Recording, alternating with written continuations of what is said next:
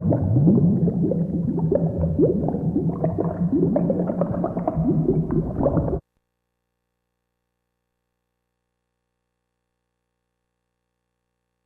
ghostly demons wanted to spread their fiendish reign of domination. This is Jeremy. Throughout the world. I played Damien on the final night of Frightening Fridays. And this is Ben Willis here, also in the studio. Played Cedric on Frightening Friday. And in this last episode, I guess was when my character Damien was moving to college, because in real life I was leaving college, and I guess it was also an episode where they were trying to resolve all the evil Reaper, whatever his name was. Yeah. Been left hanging through the entire series. Yeah. All the things we've been writing, we're trying to cap it off with a good ending. Yeah. We definitely did a really great job on this show, I have to say. I don't know, being that it was the final episode, kind of sad. Indeed. You didn't want it to end, even though it ate all your time and whatnot, but This one actually, this and the previous episode, 10 and 11, didn't actually air on the local cable access, so you can only see it through the magic of home DVD distribution. that's true. I think, yeah. And this is exactly where we left. This is right where we left off from the last episode, literally. I mean, we come in and she's holding Creepy up by the neck off the ground.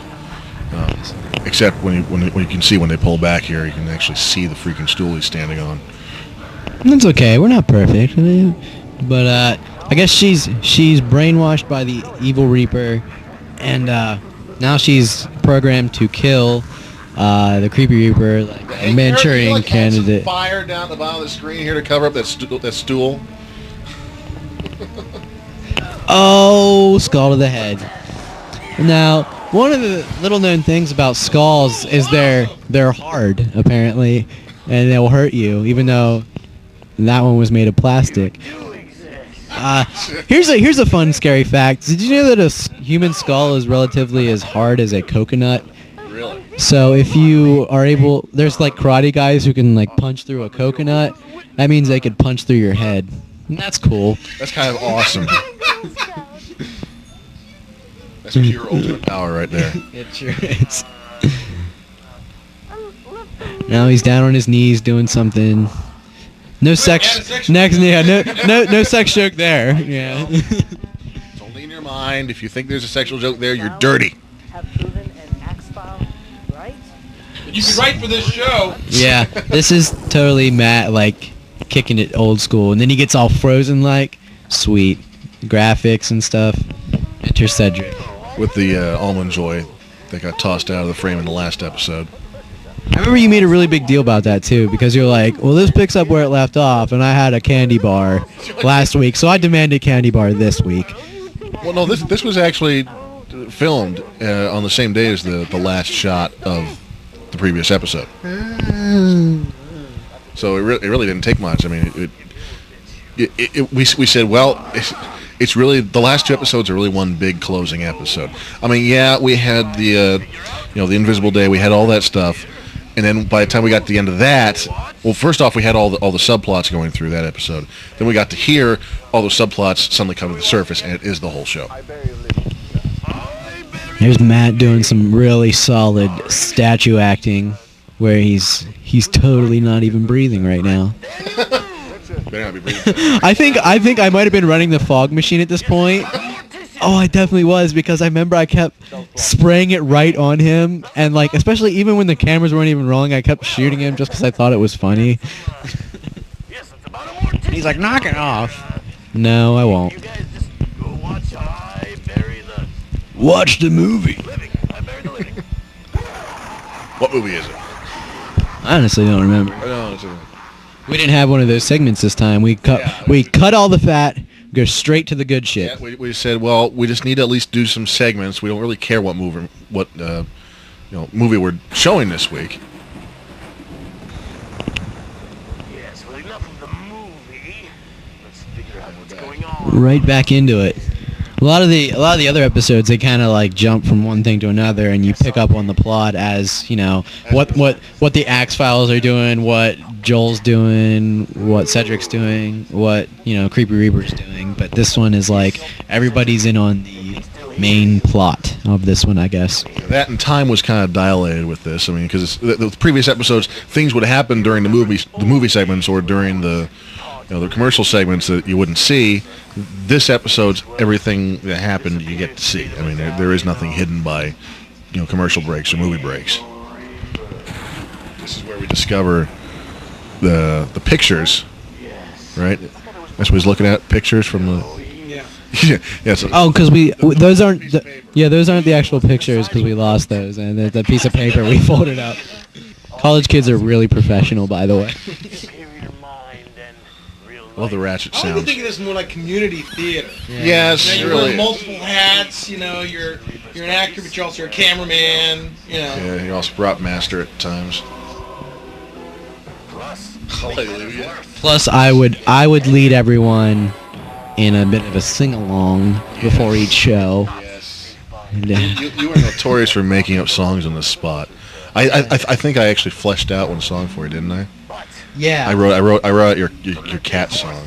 Yeah. Oh man, I can totally forget. Remember how that goes? Not at all. But I do remember I wrote. I remember how my version was. I tend to just make up songs that are stupid, and then Ben here, who plays piano pretty well, he actually wrote music to one of them. It was pretty cool. Your acceptance letter here. Yeah, so here I get accepted into college as Damien.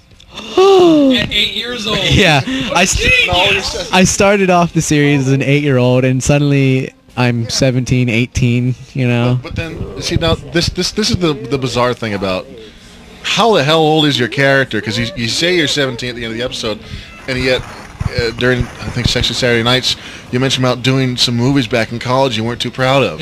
I mean, it's like, what the hell is going on with this? It must have been like some sort of running gag unintentionally of just like ridiculous. How old is this kid? Is he a kid? Tell him why you were going to college, though. We had to... In the show they kind of wrote me off with the possibility of me returning every now and then should we would be able to make more episodes of Fright Night, which did not eventually occur. But I was leaving because I was leaving Bloomsburg. I was dropping out to pursue other things, more awesome things, I guess. I don't know. And I had to leave the show, and there was a possibility that other people could have been in it. So if we could have kept the show going, we would have, and maybe on some weekends I would be able to come up and be in an episode.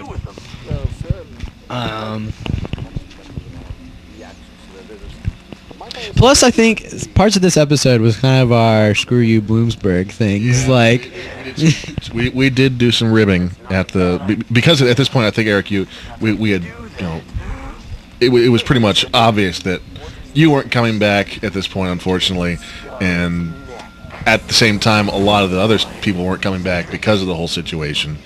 because dudes are assholes and shit. You know what I mean? We even did that little on-site gag where it says, well, the Reaper had a PhD and I only had my master's. Yeah. Boy, that sounds like a real kick in the junk. And then you look at the camera. And then I think we actually went through the entire story, most of the story but the other Reapers were jealous of my real world experience. Pictures.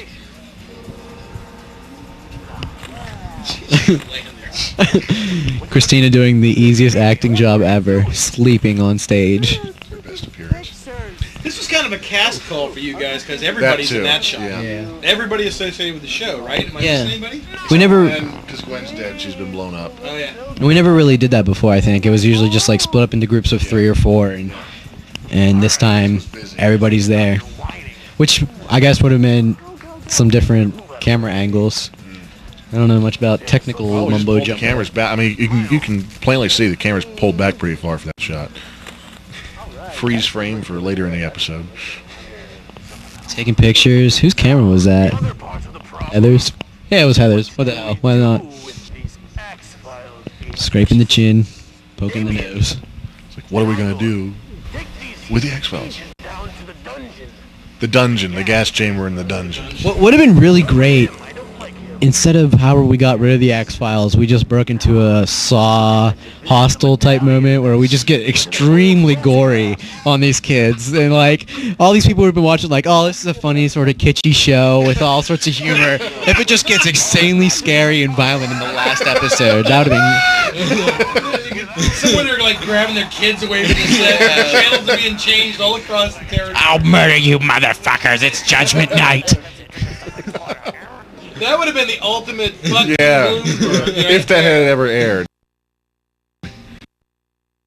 Because I don't think these were actually screened before they went on the cable show access, did they? No, I was really the one It was just honor system really. I love Joe DeMola just bouncing around in the background as the stooge. Not sure, sir, but correct me if I'm wrong, but FBI agents in full dress uniform wouldn't normally have kitschy little pins. Anyway, That's where they find the camera. Ah, that's right. They put all the pieces to the puzzle together. boob shot. That really great, fancy-looking smiley face pin. That's a sophisticated piece of technology. It's like Get Smart. Somehow I can tell it's a camera by looking at it.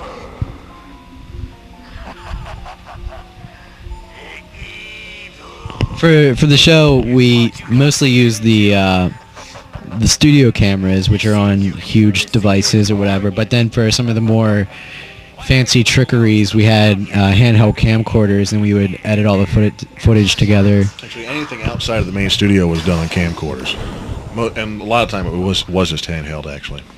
'Cause they're kind of easier to use too. I mean, we're talking. I mean, if you see pictures of old studios back in the 50s, that's kind of what we were dealing with here, essentially. I mean, a little bit more updated, but it's essentially the same. Because Jay Leno bought all the good cameras, and Bloomsburg was like, "Come on, Jay." You can clearly see Joe's stooge shirt in that shot back there. Castle Blood. Joe, who sounds exactly like Beavis from Beavis and Butthead. This is cool. Yeah.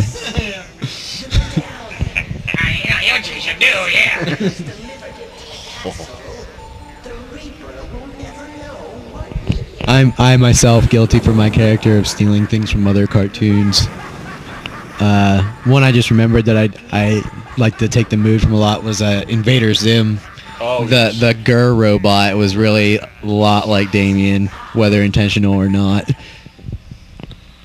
I can't say I really took pieces of Cedric from any particular characters.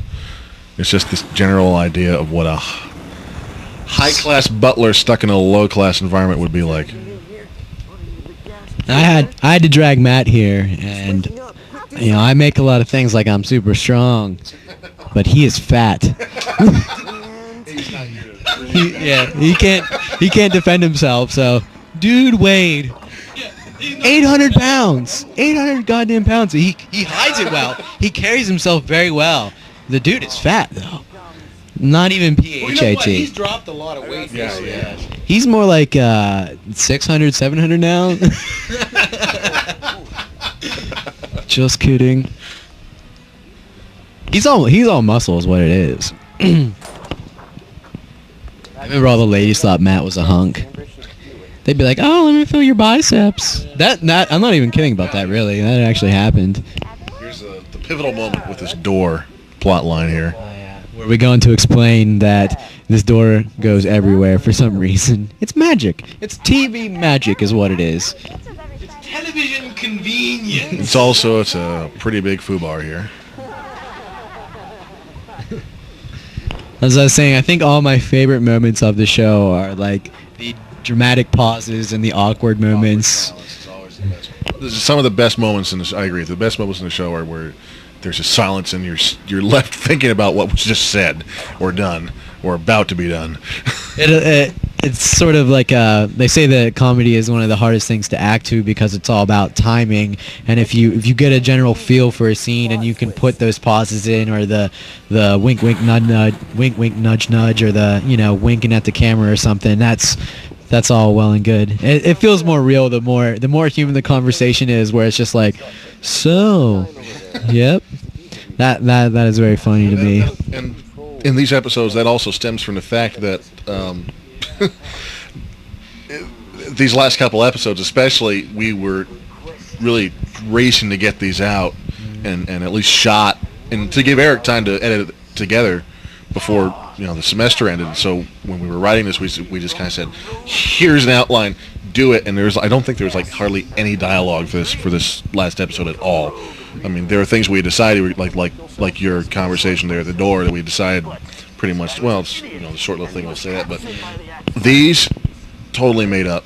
You basically just you're like, this is the scene, these are the points you have to make, but do it in your own way and make it fit this amount of time.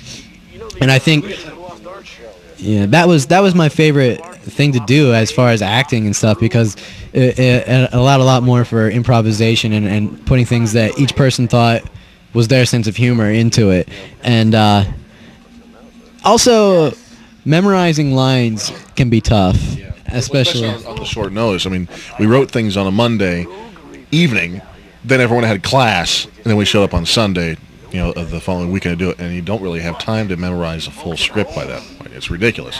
We're talking about, a half an hour of action per week. I mean, that's a lot to write and produce and memorize and shoot. Pee-wee can do it, so can we. But I remember myself particularly. We'd write it, and then I'd show up Sunday, and I couldn't remember what we wrote. Yeah, like, what the hell? Seriously. What the hell are we writing? No, yeah, seriously. Well, and most of the time it'd be hilarious in the writing room, and then we get it down paper, and then it gets sent out to whoever was proofreading it and write down, and we get the copy back, and it's like, that's not funny. Yeah, that was one of the. If you weren't there to see us like act it out or describe it to people very enthusiastically on paper, looks very boring. But if you're like, oh, then he jumps around like a cat, and you're like, that'll be so funny. He'll be like, meow meow, and then say Matt wasn't there or something, and you're like, well, here, do this, and he's like, what the hell are you talking about? And so you'd have to have a little bit of time before you shoot a scene to be like, well, the way I had it envisioned in my mind was you do this, make it artist's vision. I really want you to make an ass of yourself. Wait, we want you to make an ass of yourself. Where is Jeremy? Yeah, this sounds good. Yeah, that was one of the things is, along with the sexual-based humor, there's also a lot of, implied gay jokes, I guess. And for some reason, every time one of those got written, it was like, who can do this? Oh, Jeremy can do this. He's totally gay. Jeremy in a tutu. That'll be funny. Doing a woman's role from Flashdance. This is great visual humor here. This is a joke that, I think 70% of the writing staff did not get because they don't know crap about history. And I was so pissed off at them that I did not understand what was going on when I was proposing this to him. I said, dude, he's going off to college. Creepy's 200 years old. He's probably been around college campuses in the 1930s. We had to dress Damien up like a 1930s football guy. They wore raccoon skin coats and skimmers and carried pennants, and you see, etchings of them everywhere. I mean, come on, we have to do it. And they said, no, dude, that's stupid. Who's ever heard of that? Top of the morning, chap. Tell about this depression, isn't it? Quite. Hey, I got to tell you this. Our technical director, Jody Reichert, who was one of the ones who did not get the fur coat thing, is sitting in the other room making faces right now. Let me just clarify something here, okay?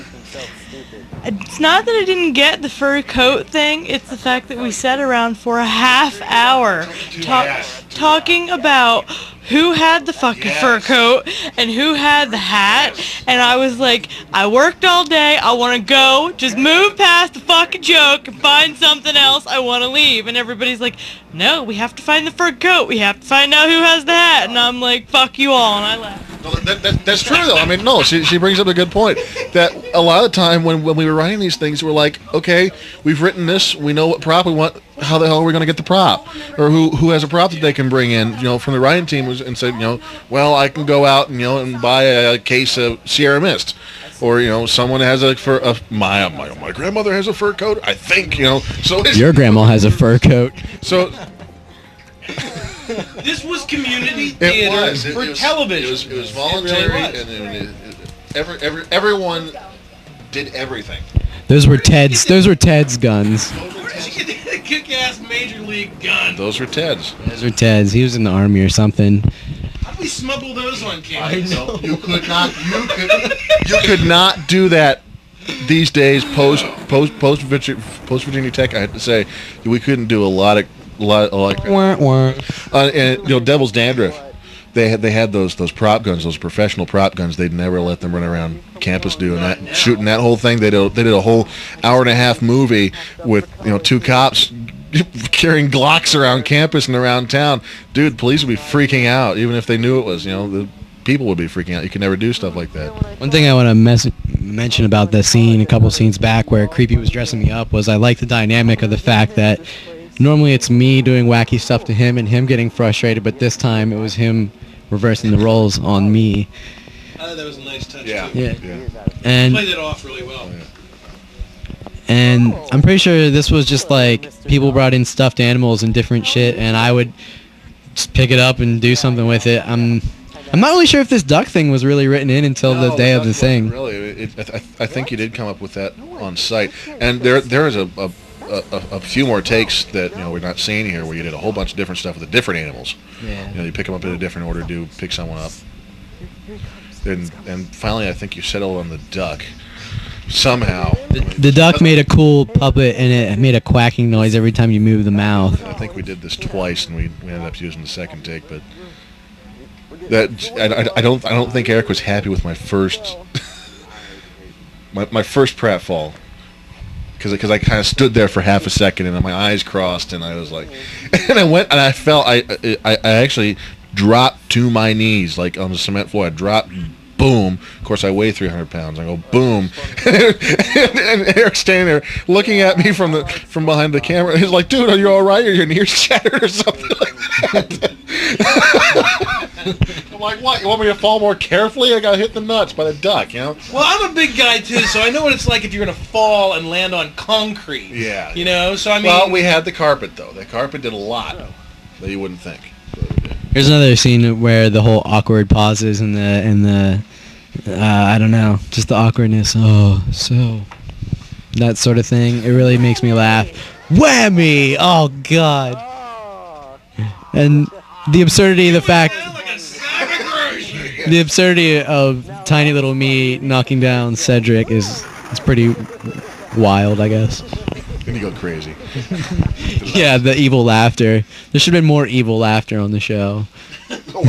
Not just creepy. No. Everybody. Every scene ends with evil laughter would be better. Most of the writing sessions ended that way. Yes.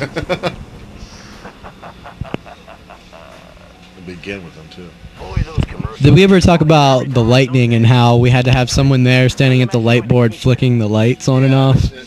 At first, I think it was a matter of they would actually take a few of the pots, move them up and down, move up, up, down. Then we discovered there's a switch that actually turns everything on and off. They could just, flicker it and it'd kind of dim and go down. This is edgy. There's guns. It's exciting. The most complete penetration of the fortress here. They finally bring weapons. Yeah. They're FBI agents, and this is the first time they're like, hey, guns would be useful. What's even more funny is seeing Christina Crafty on the other side of the law. Burn. Put your hands up. Now these cups we got these just as part of the hoard of things we collected the previous Halloween, and somehow they were just lying around, but they had gotten shattered. So you see, he's holding the one in his right hand. It has no stem. Yeah. I don't even know why we decided to use it. We couldn't just use, I had a set of pewter goblets I probably could have gotten, but they insisted on using these little plastic skull things. Time is money, and money is time, I guess. And of course, the FBI agents have him at gunpoint. One, they're letting him walk around like this, and then they just... Oh, okay. Well, we'll let our guard down. You can drink on duty, no problem. It's a convenient plot. So convenient. And then something crazy happens. I don't know. Hey, thanks for coming to my house, Foreman. I love that. Was that his idea? It was amnesia juice or something? Yeah. I can't remember. It was again probably just something someone blurred out. That's another like magical, scientific, dark whatever, where it's like there's invisible juice, there's magic wands, and there's amnesia juice. This last time I'll cut in that I got to insert here that amnesia juice joke is a joke that I've seen on other horror host shows. There's one on it's called the Midnight Monster Hop back in the Pittsburgh area that did a recent joke on amnesia juice, and I've seen their clips. They put some of their clips once in a while on YouTube, and if you were to Google and do Midnight Monster Hop, it's a place called Castle Blood, and they actually did the amnesia juice joke, and it was freaking funny. I think ours was too. Oh yeah, it didn't touch ours, but it was cute. Here's the thing: is like we're the shit, and everyone knows it, and so we kind of have to, give a little bit of credit to other people, even though they don't deserve it as much as we do. Oh man, Never looked better. I look so miserable, just like when I went to college for real. Again, that's my Samsonite. Here's him I think this is where I'm trying to talk my way out of going to college like that. But he's like, nope, get out. We shot this, about June, the beginning of June, I think, and it's like, you're like, there's 4 more months left to the beginning of the semester. It's like, and he's shooing you out the door. It's a long walk to Virginia. And I remember I was actually very uncomfortable because it was very warm, and that was a very warm coat. And I think for this one, I almost completely abandoned my character outfit. I'm not even wearing the black thing. Because I'm wearing the heavy thing. Or I guess when they first put it on me, I was wearing the hoodie. See, there's 2 months till college. He's like, no, yes. Bye now. No, I can't be doing this. No, wait. I love this.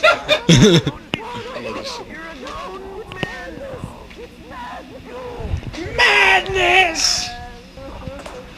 I like Sparta. I liked yeah. I liked really doing that scene because I got to go buck wild.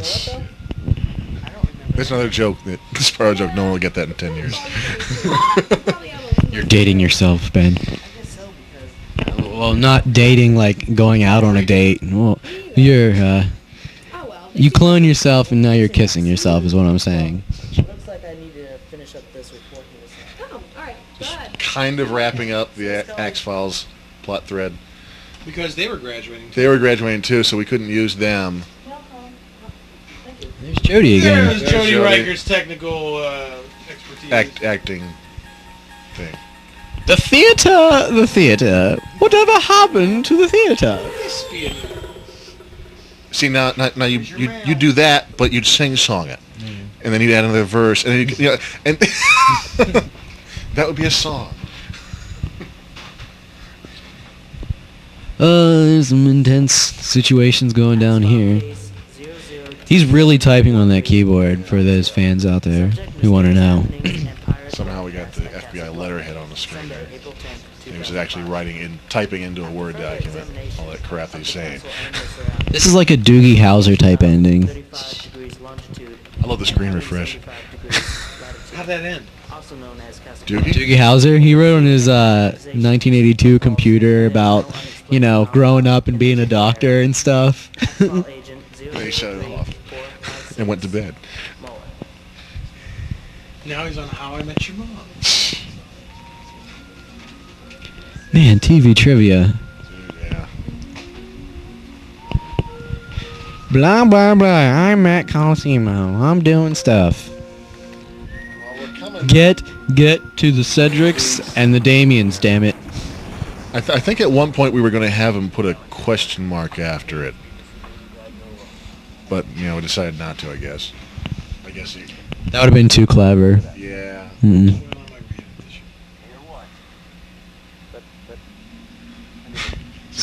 Another. This is the final cast call here. The 4 main characters. This is where everybody's crying. Too bad we didn't do this in front of a live studio audience, because then we could have had a big bow at the end, and people would be like, "Who are you? Why am I here?"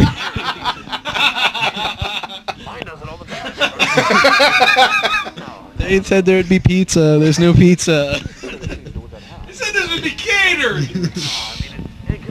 I have to be here because I'm getting credit for it. Yes. That was the excuse for a handful of people on staff. Jeez. That's almost kind of what separated the actors from most of the crew, because the actors were there because we enjoyed it, and some of us were getting credit for it. But then a lot of the crew members were just there for the credit, in some ways. Oh yeah, you got to thank crew members like John Wien, Yeah. and Pat Paulo, and Maria Gallagher, and Jody Reichert, and Kate McCarthy, and Is that the girl that had legs? yeah. You can say it in the microphone. I know, but And who else was there? Was technical crew? I'm trying to remember. I didn't socialize with the crew. That's the thing. Well, Joe DeMola. Yeah, Joe. Gina? Was that her name? Taylor. I didn't remember her last name. What was Taylor's last name? Taylor something.